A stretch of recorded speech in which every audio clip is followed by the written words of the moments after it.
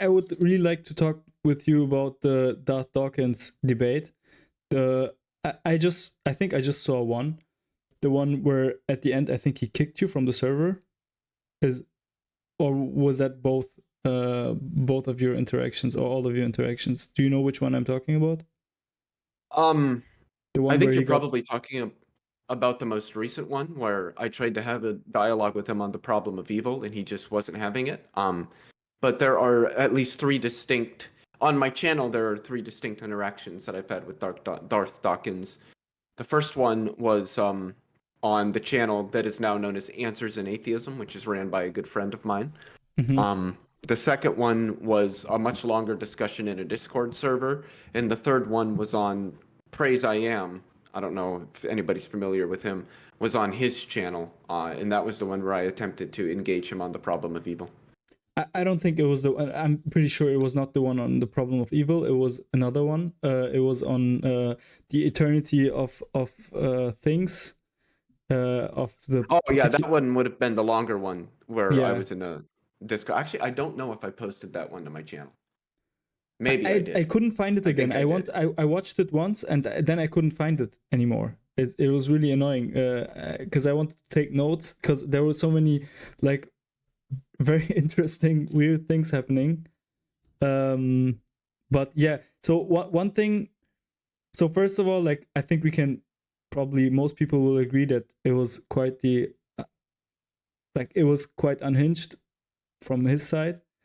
But on the other hand, I had to agree with him on a couple of things.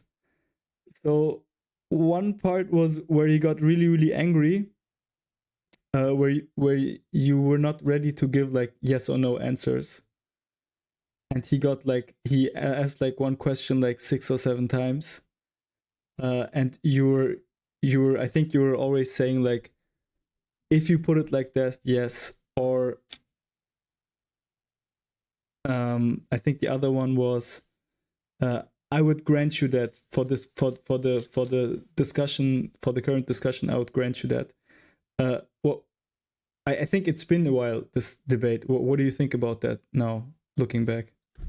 Yeah, Darth likes to ask questions that he thinks are yes or no questions, and perhaps maybe in some sense they are yes or no questions, but they oftentimes are framed in ways that a variety or technicality that are important to a lot of the questions that he asks.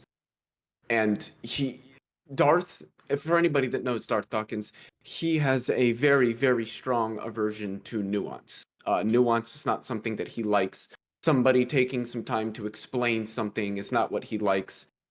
So when he asks you questions and you try to explain to him that there's a lot more complexity involved in the question, I can't just say yes or no because of the nuances that exist that you're glossing over. He tends to get very, very angry because for him, it's not about having a meaningful discussion with somebody. It's about browbeating them with his supposed superior intellectuality that he does not have.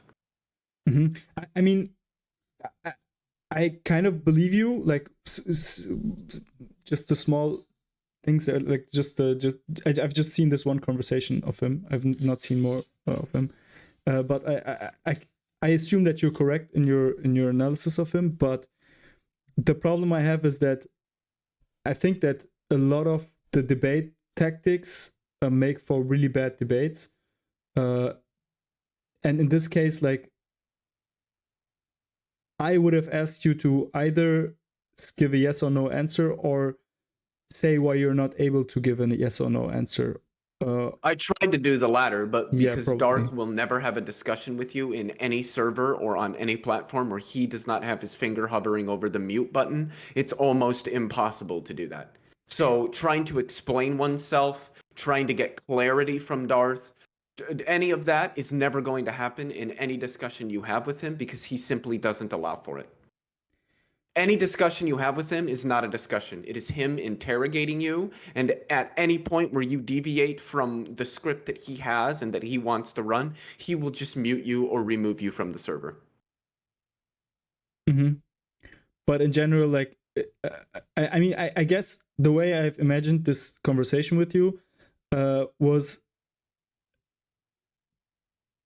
partly a debate, mostly a conversation, and it could be like I haven't prepared any yes or no questions, but it could just be that I ask you a yes or no question, and I think like the just like at some point, like we should at least try to give a yes or no answer, or give an explanation on why it's not possible to give a yes or no answer. I guess that it's always possible to, like, you can always either say yes, no, or I don't know, it depends. But that it depends or needs to be, I think, justified in a way. Would you agree? I think for the most part, yes. You just did it. But you just did it. just did what? You just basically said that, did exactly that. You said for the most part, yeah. For you basically said yes, but with a small door open that leaves you, like, makes you not to be locked into that answer. You said, Yeah, I don't think that anybody. I think that the way that we approach discussions is entirely, like, it's not just on us. There has to be some. It also depends on the person that you're having a discussion with. If they have chosen to be dishonest, then you can be as honest as you want. The discussion is still not going to be, because the person you're engaging with is dishonest, and that's how discussions are with Darth. okay, so wait, but now basically you're not discussing. We're not in a discussion with Darth. You're in a discussion with me, and if I ask you, would you be fine to either say yes, no, and if you're not able to say yes or no, you can obviously just say, I don't know, I have no idea. That's a totally valid answer. But if you say something other than yes or no, and you have to basically put an asterisk behind the yes or behind the no, which basically makes the yes not a real yes and the no not a real no, then you basically would have to justify that. So, and your answer was yes, mostly yes. So that's, again, like, that's the problem that I'm having. So I would like to, like, what's your justification But here in this the situation? nuance. But what's the justification for the nuance? So in what situation would you not be able to give a yes or no answer, or to justify the nuance? In an instance where I don't understand what's being asked. Then you could just say, I don't know. Like, that would be the I don't understand. Like, that's also an option. That's what I do. Like, if somebody asks me a question and I don't understand what they're asking me, I'll just Yeah, that's the straightforwardly be like, I don't understand. that's I think that's equal to I don't know. Like, if you don't understand the question, Of the three options that you outlined, answering yes or no, explaining why you can't answer yes or no, or saying that you don't understand, I don't think I do anything outside of those three. I think in any discussion I have, I'm going to do one of those three. Okay, so your answer is basically yes. A resounding yes, 100% yes. That I will answer in one of those three ways? Yes. Absolutely yes. Perfect. Awesome. So that was already like the first thing.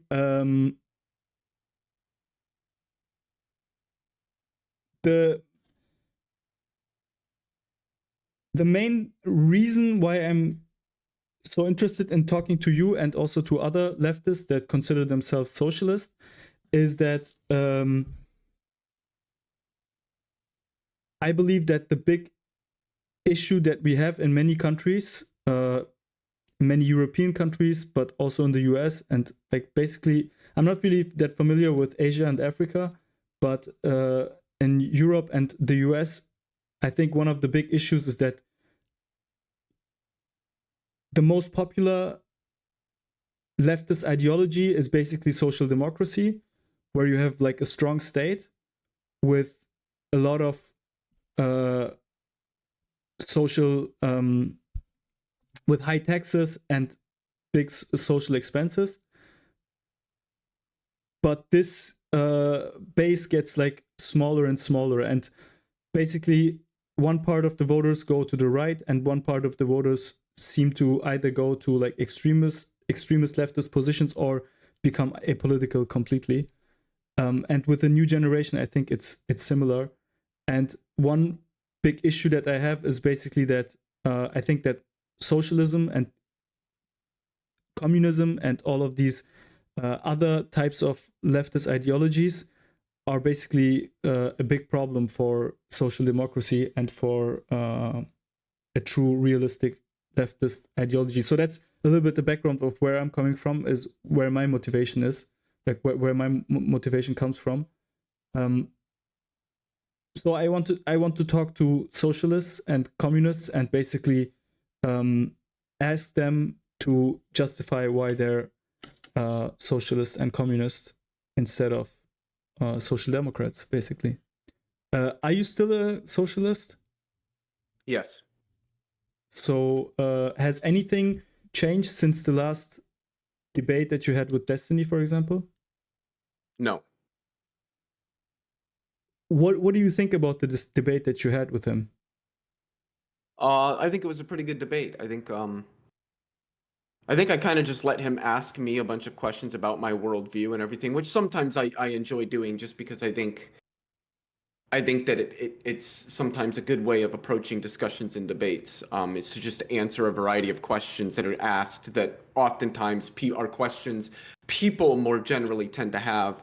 I think that I defended socialism well. I think that I made a case that that might differ from how some other socialists on the YouTubes and whatnot might look at it, where rather than some like revolutionary, and I don't like using that word because Marx meant something by the term revolution that I think a lot of people misunderstand, but I do believe that the best way to bring about socialism is probably going to be some set of incremental changes. I think I made that clear in my debate with Destiny. I think that he, how do I want to word this? He definitely seemed amicable to socialism as I was explaining it, where we arrived there by what I call cooperativism, which is a sort of slow transition into, most people like Vosh or people who are associated with him might know cooperativism by the term market socialism, but I take them to be effectively the same thing. I just prefer the term cooperativism because I think it better captures how we make that transition from capitalism into socialism. But I think that doing that extremely quickly is probably not going to be the best way to do it. I think that it's probably going to have to be through incremental change, however one wants to interpret that, or how we go about that. I think is sort of just only tangential, but I think that's probably the best way to approach the issue. I mean, I don't know. The way I saw it, it was like a pretty amicable debate, but I think that, and I think that you have been attacked basically on a few major issues that people have with market socialism, and a few problems that people have with market socialism. And I think you've openly admitted to not having an answer to those, right? And sorry, I was just coughing there. Yeah, I think no worries. I don't know everything there is to know about socialism and Marxism. I think that there are questions I'm probably not going to be able to answer. And there were a couple questions that Destiny asked that I think are good questions that I did not immediately have an answer to. I'm one of these people where if I don't know an answer to a question, I'm not gonna like dance around it, and I'm gonna tell you, hey, look, I don't know the answer to that. But that being said, I don't think that being able to answer every question about something means that the idea shouldn't be considered or shouldn't be accepted.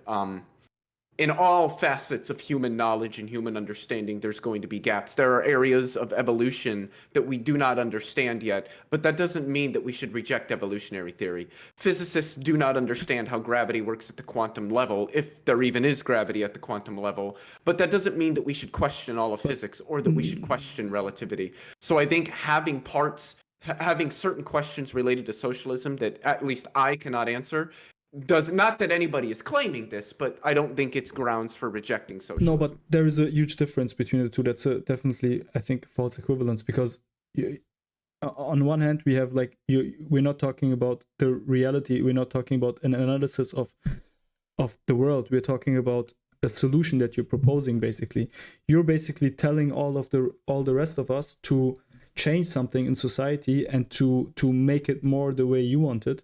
And I think then you should be able to answer all of the problems that people have with it. Where, right? Like that's I not the don't think same I as. don't think I can. I But don't think then, any one but person can. but if you say let's do this, and I say yeah, but wouldn't that be a big problem with that? Wouldn't that not work?